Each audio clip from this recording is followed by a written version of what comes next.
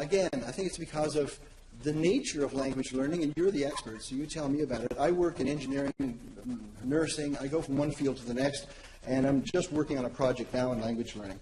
So for that reason, unless it's for written language courses, creative writing, and the internet abounds in that. Now, blended learning is new kid on the block, partly on campus, partly online. What they call clicks and bricks. 1 week here, 1 week there, or some combination thereof. Lower accessibility. Problem is distance learners are excluded. If you can't come on campus for your blended learning course, well, you're out of luck. Same quality, even a little higher in some cases. That's what's being reported in the literature. Higher cost effectiveness. As a matter of fact, I almost put that in the black because a lot of administrators are realizing that they're making a bundle. University of Calgary, York University, they can double cohorts in some cases. Okay, now, language learning, it's being increasingly implemented. Having students work at home, do what they can, then they come into the classroom, the time is more focused. So blended learning is turning out to probably be a very good strategy for language learning. Now finally, it went fast there, blended online learning. Now what is it? Well, basically it's very simple. We use a virtual classroom and we have an LMS where we put resources. And everything's completely online. So there's no going back and forth to campus. So the good news is that students from anywhere can enroll. And we use the virtual classroom. We have a working space. We have got camera, web, and I also have invited guests every now and then, friends of the family, and they've got a chat button there. And, okay, good fun. Synchronous. So we use Blackboard. We have our own LMS. And that's what it combines. We have an oral tradition combined with the written tradition, which is a very nice, I think. It allows professors to do what they've done for 700 years, is actually teach and also interact with students. Very good at the seminar level, the graduate level, because you have to avoid the lecturing mode, which is online, which is horrible. Okay, so basically this is what we're looking at. No bricks, that's the formula. And there's a bunch of publications on that. You'll learn more about it from my website. What I found interesting is that we have continuity of practice. We've gone from face-to-face through video conferencing, which really didn't pan out. It was very expensive. And now, with the web conferencing, or as they say in French, visioconference, you've really got an interesting continuity. The focus is really on the synchronous process and not on the product. So we're getting away from the distance education university product approach or package approach to distance education, and we're really focusing on process, oral transmission. Okay, so basically 100%. What else? So we're finding we have high accessibility, given prevalent high-speed internet access. Students, especially in Quebec, we're the envy of the world, really. We have very high access speeds, high quality. Students are reporting, and faculty also, especially faculty, are reporting high-quality experience, and also high cost-effectiveness, high administration flexibility. If they want to start a course, they can. If the numbers aren't there, they can cancel. And it's costing us about $3 to enroll a student per term. So, huge potential as an outreach strategy for language learning to be used with synchronously delivered multimedia materials. Basically, I designed my seminars in this way. We have individual work at the base, and then in the middle, students work together as teams. They prep for class. So individual work, teamwork, and then they come into the classroom and they're ready, and so am I. And so we have a virtual class, a virtual webinar, which lasts 3 hours, which is in real time. I set it in my calendar. I don't have to change a thing. Instead of waltzing in the classroom, I waltz into the virtual classroom. And think of English Town, which is great. Native English speaker now. Well, why not speak to a Russian speaker, or Greek, or Arabic, or other languages that aren't taught? I think we're sitting on a gold mine right here, and we could be teaching any language from almost anywhere in the world where we have the competencies, even hiring students, teachers from other areas, other countries. So I think this will eventually, translate into a huge increase in transnational language studies. So that's it. Thank you very much.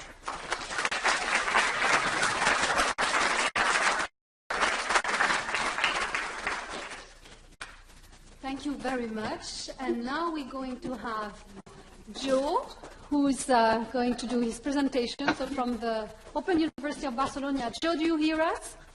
Yes, I do. Can you hear me? Okay, so it's you. Over to me? Okay, just a minute.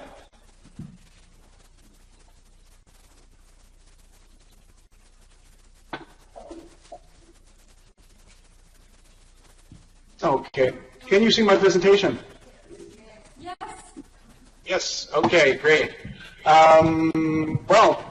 It's great to be here with you. I wish I could be there face to face, but virtually is the next best thing. Greetings to everyone from Barcelona. I'm glad to be here because it's about, I think, almost 20 degrees Celsius, and I see that it was 2 degrees Celsius there in Toronto. At least I'm warmer here. Anyway, I'm going to be talking about what we do at the Universitat Oberta de Catalunya, which is the Open University of Catalonia in terms of language teaching and learning. We're an all-online university, and I am the head of the language program at the university. Oftentimes when I talk to people and they say, where do you work? And I tell them that I work for the university I work for and that we're all online, the question that I often get is, can you really learn languages online at a distance? And I think that, behind that question, people really do understand, even though they're not experts, people understand that teaching languages at a distance is a huge challenge. And that we're very far from, at this point, knowing the answers to all the questions, and can you really learn languages at a distance? There's all sorts of issues that I think even non-teachers, non-experts understand. There's motivational issues, there are issues of isolation, and I think maybe one of the biggest questions of all is, how do you do speaking? Anyway, I'm going to show you a few things that we do in our program to give you just a little bit of an idea of how we try to implement a task-based language learning and teaching approach in our courses in an online course, which is quite a challenge. And as Michael was saying before, many programs do not have the peer-to-peer exchange. Many online programs or distance language learning programs don't have peer-to-peer exchanges, and this is something that we're working to try to bridge and to try to encourage by fostering a sense of community within our classrooms. Right? I'm going to show you some of the things that we do, and by no means are these the answers to everything. We still have a long way to go in providing the highest quality possible of language learning online. But anyway, just a minute. There we go. Just a little background to our university. We were founded in 1995 at the onset of the internet. It was started in 1995, and the decision was to create a distance learning institution, and the decision then was to go all online, which was quite a bold decision at the time. Anyway, we have undergraduate degrees, master's programs, and also a PhD program. Now, in terms of languages, we've taught English and French just about from the outset of the university, both languages. But up until 2008, these courses focus mostly on reading and writing skills and a little bit of listening comprehension. As Michael was saying before, mostly the asynchronous type things that you can do online.